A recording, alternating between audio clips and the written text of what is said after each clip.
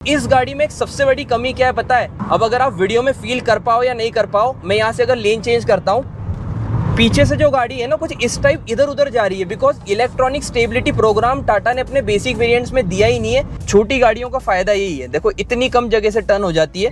And steering response भी आप देखोगे इतना लाइट स्टीयरिंग, ये आप चेक करो, लिटरली आप उंगलियों से स्टीयरिंग को घुमा सकते हो। अब मैं एज अ बिगिनर भी अगर गाड़ी को चलाऊंगा ना, मुझे कहीं भी ब्लाइंड स्पॉट नहीं बन रहा है।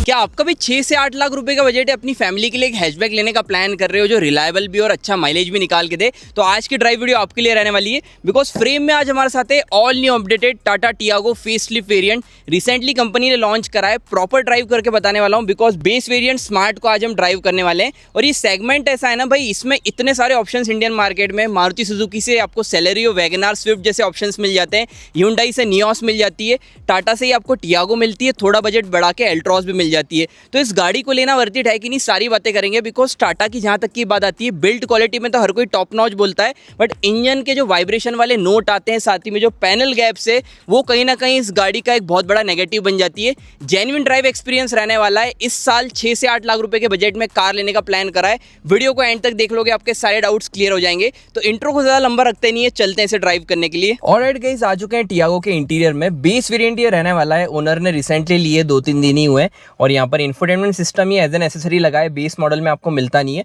बाकी फोन को प्लेस करने के लिए डेडिकेटेड आपको यहाँ पर जगह मिल जाती है। अपर वेरिएंट्स में देखोगे तो वायरलेस चार्जिंग यहाँ पर आ जाती है। प्रॉपर चलाकर देखेंगे, पहले तो गाड़ी को ऑन कर लेते हैं। और ये भी बताऊंगा भाई, 3 सिलेंडर इंजन है, वाइब्रेशंस वगैरह तो दे नहीं रहा है, अंडर पावर तो फील नहीं हो रहा है, सारी बातें करने वाले हैं। पहले कर लेते हैं गाड़ी को स्टार्ट। देखो अभी एसी को मैं ऑन कर रहा हूँ, विदाउट थ्रॉटल बढ़ाने की कोशिश करेंगे। हल्के बहुत आपको वाइब्रेशंस फील होने वाले हैं। फिर से मैं एक बार दिखाता हूं, देखो गियर नॉब पे मैं आपको दिखाऊंगा, तो वाइब्रेशंस तो आपको हालांकि फील होने वाला है। बट सबसे पहले कार को यहाँ पर लॉन्च करते हैं और सारी बातें डिटेल में करेंगे। सीएनजी वेरिएंट में इसलिए लेकर आया हूँ बिकॉज अगर आप सीएनजी में भी लेने का प्लान कर रहे हो तो पेट्रोल और सीएनजी दोनों पर चलाकर देखेंगे। पहले तो पेट्रोल पे एक बार गाड़ी को लॉन्च करके देखते हैं, लेट्स गो।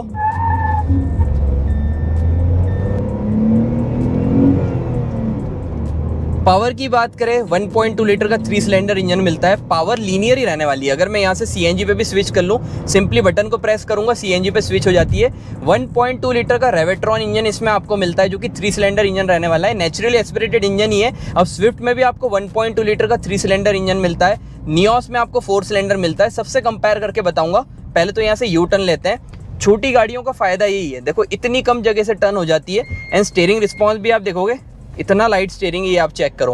मतलब सिटी ड्राइव्स हो या हाईवे ड्राइव्स, आपको देखो टर्न वगैरह लेने में कुछ भी दिक्कत नहीं आएगी। लिटरली आप उंगलियों से स्टीयरिंग को घुमा सकते हो। बाकी सारे प्रोज एंड कॉन्स को भी डिस्कस करने वाले हैं, इसलिए वीडियो पर बने रहना।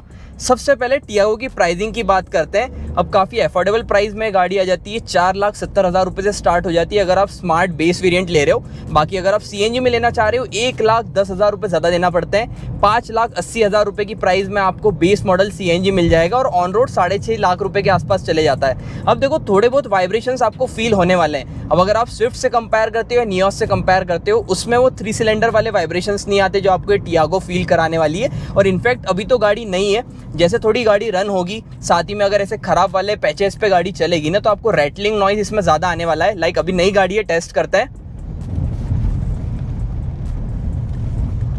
देखो अभी तो ऐसा कोई साउंड आ नहीं रहा है। फ्रंट में मैकफर्सन स्ट्रट सस्पेंशन मिलते हैं, रियर में आपको ट्विस्ट बीम सस्पेंशन सेटअप मिलने वाला है। तो ये मैं फॉर श्योर बोलूंगा कि Hyundai as well as Maruti के कंपैरिजन में सस्पेंशन सेटअप आपको बढ़िया देखने को मिलता है। सब 4 मीटर के अंदर ये गाड़ी आती, तो कम जगह से टर्न वगैरह लेने में भी कोई दिक्कत नहीं होने वाली है।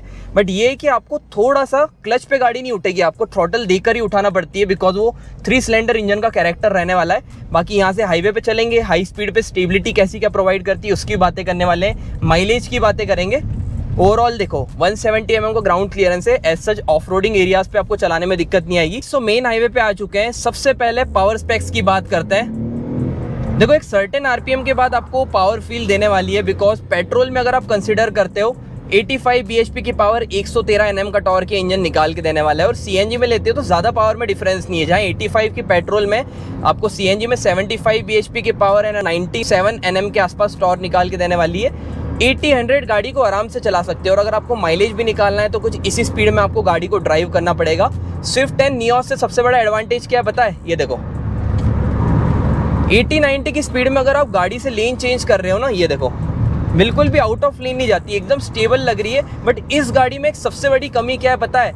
टाटा सेफ्टी की बात करता है, from the base variant ABS EBD देता है, 6 एयरबैग देता है, 5 स्टार सेफ्टी रेटिंग देता है, बट इसमें आपको ESP नहीं मिलता।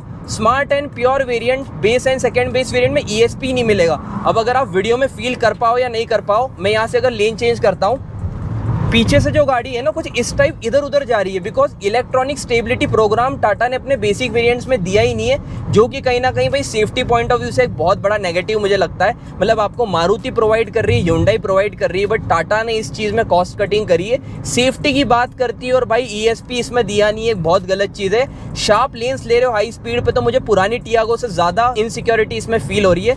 बाकी स्टीयरिंग देखो नया वाला मिल जाता है, cluster from the base variant digital मिल जाता है। एक कमी इसमें और रहने वाली है, सिटी में मैं चला रहा हूँ, कुछ इस टाइप से ड्राइव कर रहा हूँ, तो एक आम आदमी कैसे हॉर्न बजाएगा? ऐसे बजाएगा, ऐसे बजाएगा। इसमें बहुत ज़्यादा प्रेशर फील होने वाला है। यहाँ पर बजाओगे, प्रेस ही नहीं हो रहा। आपको अगर हॉर्न इसका प्रेस करना है, सिर्फ यहाँ पर होगा।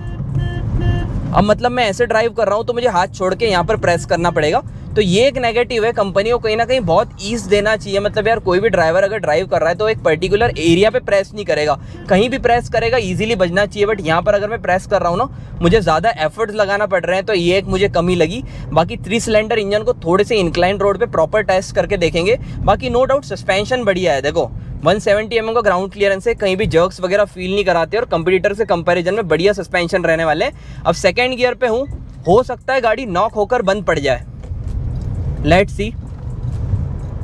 3 सिलेंडर इंजन है, थोड़ा एफर्ट ले रहा है CNG में भी, बट सेकेंड गियर पे हमने चढ़ा ली गाड़ी। देखो ऐसे जब हमें नॉकिंग वगैरह कुछ फील नहीं हुई। तो अगर आप घाट सेक्शंस में चला रहे हो, 5 लोग साथ में है, तो CNG में भी दिक्कत नहीं आने वाली। साथ ही में पेट्रोल में भी देखेंगे तो ज़्यादा डिफरेंस नहीं है। मतलब आप सोच रहे हो कि CNG में गाड़ी अंडर पावर फील कराएगी, तो ऐसा नहीं है। पेट्रोल और CNG पे ऑलमोस्ट आपको पावर सेम ही फील होने वाली है।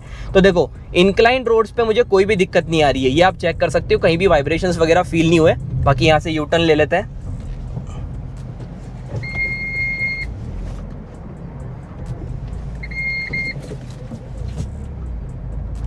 5.3 मीटर का टर्निंग रेडियस रहने वाला है और स्टीयरिंग भी इजीली रीसेंटर हो जाता है। तो ऐसा सच आपको स्टीयरिंग फीडबैक से रिलेटेड भी कुछ कॉम्प्रोमाइज करना नहीं पड़ेगा। ओवरऑल देखो गाड़ी चलने में बहुत बढ़िया है, छोटी गाड़ी है। पंच सबसे ज्यादा सेल होती है, अगर आप टाटा से देखोगे ना, पंच एंड नेक्सॉन सबसे ज्यादा सेल होती है, बिकॉज उस प्राइस पॉइंट में लोगों को बड़ी गाड़ी मिल जाती है, SUV वाला मजा मिल जाता है। बट जिसे पहले से एक हैचबैक ही लेनी है, छोटी गाड़ी चाहिए थी, सिटी रन ज्यादा है, या फिर परिवार की पहली गाड़ी लेने जा रहा था, वो यही सारे ऑप्शन को कंसिडर करता है। अब मैं ये बोलना चाहूंगा कि देखो यार, बिल्ड क्वालिटी में कोई कॉम्प्रोमाइज नहीं है। आज भी टाटा पहले से गाड़ियां सेफ देती थी, आज भी सेफ दे रही है। लॉन्ग टर्म में आपको देखो इसका इंजन थोड़ा नॉइजी फील होने वाला है। फ्रॉम द स्टार्ट अगर मैं रैव करके दिखाऊं, वो नॉइस आपको केबिन में फील होने वाला है as compare to Nios. Nios में 4 सिलेंडर इंजन मिलता है, वो बहुत ज़्यादा रिफाइंड है। साथ ही में अगर आप कंपेयर करते हो अपनी स्विफ्ट से, स्विफ्ट में भी रिफाइंड इंजन मिलने वाला है। इसमें थोड़े नॉइजेज आएंगे, और अगर आप गाड़ी को थोड़ा रफ चलाते हो तो पैनल्स में से नॉइज आने वाले हैं। और उसके पीछे भी रीज़न ये है कि यार पैनल्स की क्वालिटी बहुत ज़्यादा हार्ड रहने वाली है। मतलब सेफ पैनल्स यहाँ पर यूज़ करें, इसलिए कहीं ना कहीं आपको रेटलिंग नॉइज मिलता है। बाकी ओवरऑल गाड़ी चलने में बढ़िया है, नो डाउट। जहाँ तक कि माइलेज की बात आती है, पेट्रोल में अगर आप कंसीडर कर रहे हो, 18 से 20 किलोमीटर पर लीटर का माइलेज आपको निकाल के दे देगी। कंपटीटर से थोड़ा कम रहने वाला है, बट यही माइलेज फिगर आपको देगी। अगर आप CNG में लेने जा रहे हो, जो कि अभी मैं ड्राइव कर रहा हूँ, तो इसमें आपको ऑलमोस्ट 26 से 28 किलोमीटर पर kg का माइलेज मिल जाएगा। अब लोग 35 भी बोलते हैं, तो टोटली आपकी ड्राइविंग के ऊपर डिपेंड करता है। बट मारुति एंड Hyundai के कंपेरिजन में टाटा का petrol as well as CNG में माइलेज कम ही देखने को मिला है। बाकी थोड़ा सिटी एरिया में भी ड्राइव करके दिखाता हूँ, सिटी ट्रैफिक में कैसी क्या कंट्रोलिंग रहने वाली है। बिकॉज बहुत सारे ऐसे कस्टमर्स है जो इस कार को कंसिडर करेंगे, जो ड्राइविंग सीखना चाह रहे हैं। अब मैं एज अ बिगिनर भी अगर गाड़ी को चलाऊंगा ना, मुझे कहीं भी ब्लाइंड स्पॉट नहीं बन रहा है। हालांकि ये है कि ए पिलर और उसके पास में जगह थोड़ी ज्यादा रहने वाली है, बट फिर भी मुझे यू टर्न्स वगैरह लेने में कोई दिक्कत नहीं आएगी। IRVM का व्यू यहाँ पर बढ़िया रहने वाला है, ORVMs भी आपको बढ़िया मिल जाते हैं। तो ऐसे व्यू से रिलेटेड कोई कॉम्प्रोमाइज करना नहीं पड़ेगा। और गाड़ी पे बैठने के बाद आपको बहुत ही कॉन्फिडेंट फील होने वाला है, बिकॉज बेस मॉडल में पावर विंडोज वगैरह मिलती नहीं है, बट सीट कंपनी ने इतनी ऊंची दी है ना कि आपको बॉनेट वगैरह जजमेंट से रिलेटेड दिक्कत आने नहीं वाली है। मेनली देखो स्पेक्स तो मैंने आपको बहुत सारे शेयर कर दिए। टियागो पहले से बिकती आ रही है। अब इस प्राइस पॉइंट पे अगर सेल्स फिगर की बात करें तो सबसे ज़्यादा वैगनआर एज वेल एज अपनी स्विफ्ट बिकती है। बट किन लोगों के लिए कौन सी गाड़ी रहने वाली है? अगर आप एक ऐसी गाड़ी लेना चाह रहे हो जो लॉन्ग टर्म के लिए रखना चाहते हो, बहुत ही रिफाइंड होना चाहिए, मतलब इंजन एकदम स्मूथ होना चाहिए, सेगमेंट में सबसे ज़्यादा माइलेज निकाल के देना चाहिए, और एक ऐसी गाड़ी चाहिए जो आप 8-10 साल बाद बेचने जा रहे हो तो आपको रीसेलिंग बहुत बढ़िया निकाल के दे, तो फिर आप स्विफ्ट, वैगनआर, सेलेरियो जैसे ऑप्शंस के लिए जा सकते हो। बेसिकली मारुति सुजुकी की ओर चले जाओ। कुछ ऐसे लोग हैं जिन्हें प्रीमियम फील चाहिए, एक तो आफ्टर सेल्स में कुछ भी कॉम्प्रोमाइज़ नहीं चाहिए, और ऐसी गाड़ी चाहिए जिसका इंटीरियर टॉप नॉच हो। अगर आप पैनल्स की बात करो टॉप नॉच हो, और कहीं ना कहीं एक लग्जरी सेगमेंट चाहिए तो आप फॉर श्योर Hyundai की ओर जा सकते हो, बिकॉज वही आपको 4 सिलेंडर इंजन प्रोवाइड करती है। और जो अंदर की पैनल क्वालिटी वगैरह देखोगे ना Hyundai की, नो डाउट कम बिकती है भले ही गाड़ी नियोस, बट बढ़िया प्रोडक्ट रहने वाली है। नियोस पे भी मैंने रिसेंटली ड्राइव वीडियो कवर करी थी। अब कुछ ऐसी ऑडियंस आती है भाई जिन्हें देश प्रेम है, पहली चीज़ कि लेना है तो हमें टाटा की गाड़ी लेना है। दूसरी चीज़ बिल्ड क्वालिटी, हमारा इंजन थोड़ा आवाज़ करेगा चलेगा, हमारी गाड़ी थोड़ी कम माइलेज देगी चलेगा, बट मुझे तो भाई सेफ गाड़ी चाहिए, मुझे अपना परिवार सेफली घुमाना है। बिल्ड क्वालिटी में सबसे मजबूत गाड़ी चाहिए तो आप फॉर श्योर टियागो की ओर जा सकते हो। ऐसा नहीं बोल रहा हूँ यार, इंडियन रोड्स पे सारी गाड़ियाँ चल रही है, ऐसा नहीं है कि आपने टियागो ले ली तो चलेगी नहीं। सब गाड़ी के अपने प्रोज एंड कॉन्स होते हैं। सिर्फ इस चीज़ से रिलेटेड आपको मेंटली प्रिपेयर रहना पड़ेगा कि इस गाड़ी में जो है आपको आफ्टर सेल से रिलेटेड थोड़ा कॉम्प्रोमाइज़ करना पड़ सकता है। प्लस सर्विस फीडबैक इतना अप टू द मार्क नहीं रहेगा जो आपकी Maruti as well as Hyundai में रहने वाला है। ओवरऑल तो देखो गाड़ी को चलाने में बहुत बढ़िया मज़ा आ रहा है, सफिशिएंट पावर रहने वाली है। इंजन थोड़ा नॉइज ज़रूर कर रहा है, बट चलाने में ऐसा कोई दिक्कत नहीं आएगी। एल्ट्रॉस ले रहे हो तो उसमें पावर स्पेक थोड़े ज़्यादा मिल जाते हैं, बिकॉज वो 1.2 लीटर का इंजन थोड़ा ट्यून रहने वाला है। ओवरऑल बेस मॉडल ये रहने वाला है भाई। इंफोटेनमेंट लगा लिया, मुझे कहीं से कहीं तक बेस मॉडल वाली फील नहीं आ रही है। पावर विंडोज़ भी मैं इसमें बाहर से लगा सकता हूँ, हालांकि अभी तो हाथ से ही ऊपर नीचे करना पड़ रहा है। बाकी गाइस आज के ड्राइव वीडियो को एंड करते हैं। यही था आज का quick drive experience on all new Tiago 2026 variant. I hope आपको ये स्टूडियो बाय सीरीज हेल्पफुल रही होगी। ये वीडियो देख के आपने पता कर लिया होगा कि यार इस गाड़ी को लेना वर्थ इट है कि नहीं। बाकी वीडियो यहाँ तक देखी हो, अच्छी लगी हो तो यार लाइक करना, चैनल को सब्सक्राइब कर लेना। सिटी ट्रैफिक में देखो कोई भी दिक्कत नहीं है, छोटी गाड़ी यार आराम से मैं चला सकता हूँ, और इतना लाइट स्टीयरिंग है ना, मुझे चलाने में फॉर श्योर वो अलग ही कॉन्फिडेंस आ रहा है। सो गाइस मिलते हैं ऐसे इंटरेस्टिंग कंटेंट के साथ।